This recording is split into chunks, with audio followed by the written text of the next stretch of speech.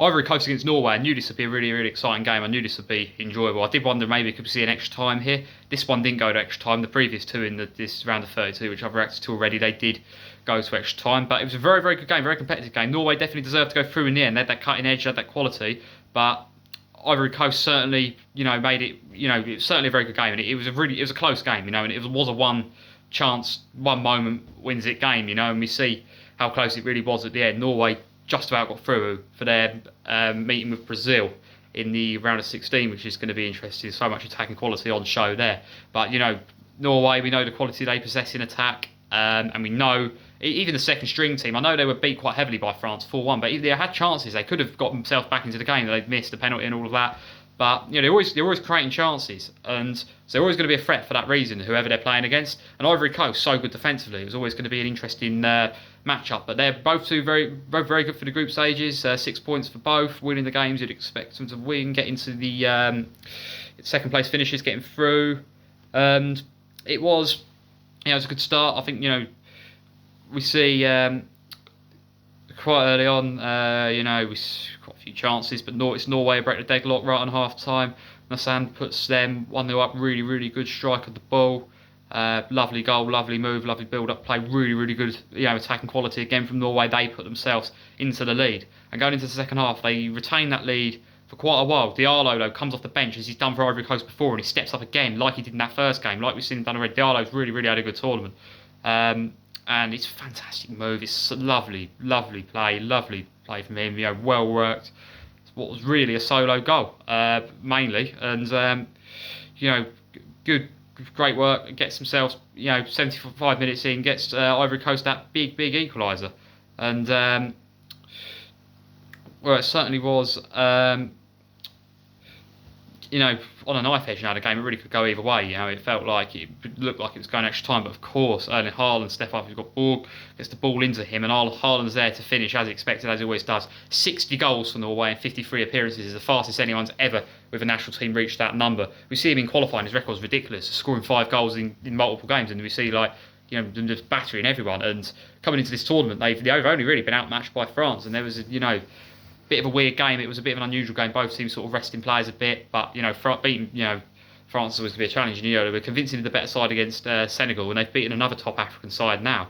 That last minute winner. But I tell you what, 86-minute winner, but they did not stop. They didn't stop them, Ivory Coast. They kept going. That free kick, what an attempt that was from quite a way out as well. I didn't think it was going to go direct, but then he does, and well, forces the Norwegian keeper to make a massive save, and really, really good save. Really excellent effort from Ivory Coast to try and get back into it. It really, really was a close game, and they was unfortunate to feel short. But Norway, when you got Haaland, give him that chance in front of goal, he's always going to take it.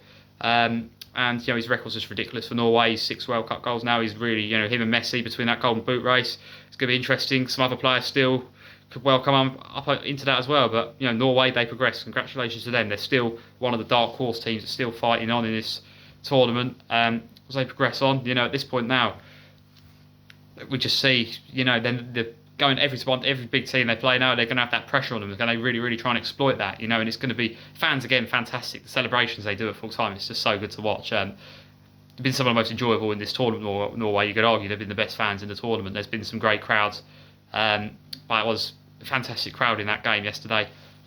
And really, really enjoyable games. Well, really, really good game, really competitive games. Both teams going at it. Both teams really wanted it. Both teams really, really tested each other. But Norway, ultimately in the end, their quality just shines through. And Erling Haaland, again, of course, always the man you want in front of goal. Later on, though, so we see now Norway will take on Brazil. So that'll be an exciting game. The biggest test up next. I mean, both sides this could be a massive test for. France. Now France again. What performance! And again, this is just what we see with France consistently.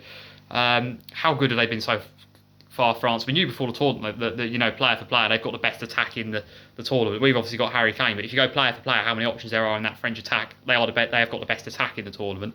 And defensively, even we always thought, well, maybe there'll be flaws defensively. I don't really think that we've seen that really. I don't really think we've seen much defensive vulnerability. We know that Norway did have those chances, but the problem with France is that everyone's going to have going up against them is even if you are you're quite good in attack yourself, can try to look to cause a problem defence. Like Sweden, they've got a quality attack, but France will just can outscore pretty much anyone. And I think at this point, I think they're favourites for the competition. At this point, I think they're going to take some serious beating, especially when you look at results have gone their way. With really, I think you would have rather they'll be glad that the Netherlands and Germany have gone out. Really, if you look at that side of the draw, France are on now. They'll now play Paraguay, who obviously beat Germany. So they've avoided Germany. I mean, Paraguay as well, defensively, I think they're a lot more solid defensively, at least, than Sweden. So that'll be a different sort of test for them. But the way France are going, it's hard to see them being on the wrong end of one of these upsets, or even falling short against another bigger side at this point. They're just looking so well drilled and so impossible to play against, and they're so good to watch. I have to say, like, they're a fantastic team to watch. We enjoy watching them. You know, it's not, you know, from a mutual perspective, they're a great team to watch. Like, you know, even as a team if someone who supports like a rival. From a somewhat rival country in England, they're impossible not to enjoy them playing football and just appreciate the sheer brilliance of them and the fluidity and the cohesion between the attackers. You know, the players that some of them teammates as well. You know, like obviously players like Ricola and Dembele teammates. And we see how well all the players seem to link up as well, and how Elise works for all of them as well. It's just so good to watch, and I think they're going to take some serious beating in this tournament. It was definitely France definitely on top, and it definitely only felt like a matter of time for that entire first half. But I'll tell you what, Sweden having chances, at the other end, and we know they do have that quality. And you're thinking the longer it goes on, the more and more it stays 0-0. You never know. There's been some funny results in this World Cup so far. There's always upsets, but I always thought France would get through convincingly. I actually said a 3-0, and it was a 3-0 in the end. I think Sweden, they got a quality attack, but defensively, I always knew it would be too much for them against France. They do find the goal right on half-time as well. Mbappe, again, with another goal, he's right in that golden boot race as well. He's always there for France. He's the man for the big occasion for France. He's, and already he's got, the records he's breaking already at his age. The 3 World Cups he's played in so far. Still a fairly young player as well, and just, he's one of the best ever international players already. He's establishing himself out. Some players are just like more of an international than they are a club player. He's definitely one of them. He's for France. Never ever lets them down. Always there in the big moment. We see Ricola, what a goal from him in that second half, just to continue the theme of the French domination, and they're just all over him in that second half. So comfortable, and they make it look so easy. And that's the scary thing about France's tournament. It's almost effortless. It looks like they haven't even got out of first gear. They don't even look like they've had to try that hard to tear teams apart. And you see a picture of all their attackers. They're celebrating together, and you just see all 4 the ones they're starting yesterday together, and you just see that's when you really see like what everyone's going to be up against coming into the rest of this tournament. And they play Paraguay next, a quarter-final now, be either against Canada or Morocco. Very good sides in their own right, but I tell you what, they must be rubbing their hands together right now, the side of the draw they're on.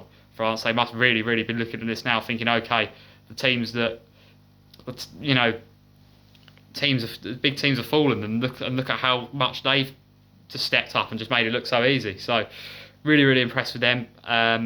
Always knew before the tournament there'd be a potential winner, but as of now, if you had to pick a favourite, I think it would have to be France. It almost feels too perfect that they're going to go all the way with no issues, but there's something about them that just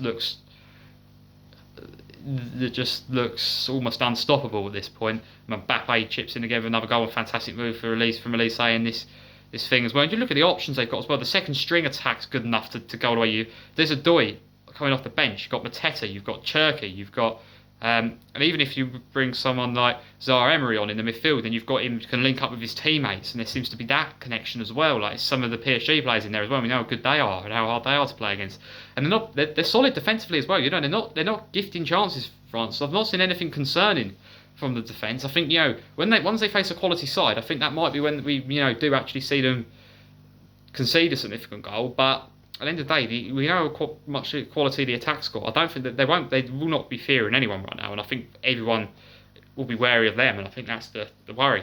I actually think they look the best they've looked in a while as well. The form they're on, the way they play is incredible. France, incredible, they progress. And now, the last game we saw last night, we've seen Mexico. What a performance from them. They look seriously good. Not a single goal conceded so far in this tournament as they get to the round of 16. Looks to get beyond that for the first time in a while. They've hosted all their games. This game in Mexico City was such a good atmosphere. The Azteca, it's one of the best grounds in the world. It's a historic ground. It's just, if you could have the final anywhere in this World Cup, the where they are doing it in New York, it's a lovely stadium, but I'd love to have seen it at this in Mexico City again. And if England tonight, if we can get past DR Congo, which is going to be a challenge for us, this is where we're going next. And I think we need to start seriously considering now Mexico. How far can they really go in this tournament? So far, not conceded the goal. you know, the two players that step up and get the goals again have had fantastic tournaments so far. Again, Quinones with a goal, and again, Jimenez with a goal. The quality and the lethalness in front of goal, you know, how lethal they are in front of goal. The fantastic strikes of the ball again, and keeping these clean sheets so far. They've battered everyone. They were convincingly better in the 1-0 win against South Korea. They battered South Africa. They battered Czech Republic in the group stage. And now they convincingly beat Ecuador as well. Really, really strong performance. And you know, Ecuador as well. They were always going to be a test, I thought. But you know, they got, what was key is they got themselves those big goals and those big moments in the first half. The fact they had the better of that period in the first half is really, that can win you a game. If you get yourselves 2-0 up, and then from there, Mexico so organised in that second half. You know, don't give anything away, don't give any chances away. You know, the big tests are to come, but they're certainly looking like they could go far in this competition. I did say before the tournament, I think they could do quite well as a host, but I think they've surprised even me, like someone who predicted them to do better than what was expected. I always thought they'd top the group stage. I think most people did, but they did it with ease, not conceding the goal. You know, all wins, and you know, the way they played yesterday as well, the amount of chances they create, they look a real threat. And if England can get past this game tonight, this is going to be the hardest of games that we've had so far. This is going to be such a hard game in Mexico City, and one on the day that could go either way. And if, you know, it's going to be a real challenge. But, you know, in the second half, Ecuador, they can't find a way back into it. Mexico, they always get the third on a few occasions, but just what an atmosphere though. The fans incredible. And then it's topped off with the sending off. Hincapié gets sent off as a bit of a sort of, we see him sort of squaring up, sort of clash of heads, sort of a headbutt, a bit.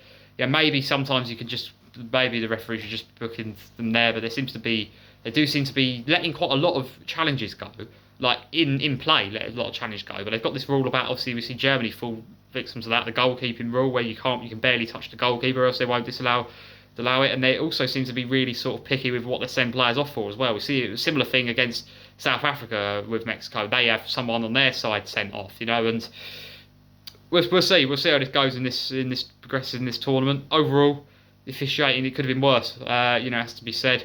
It's had its moments. Don't get me wrong. There's been its moments where it's been in the spotlight for the wrong reasons, but I think you're always going to get that a bit. But Mexico, the story is about them. Fantastic again. They progress.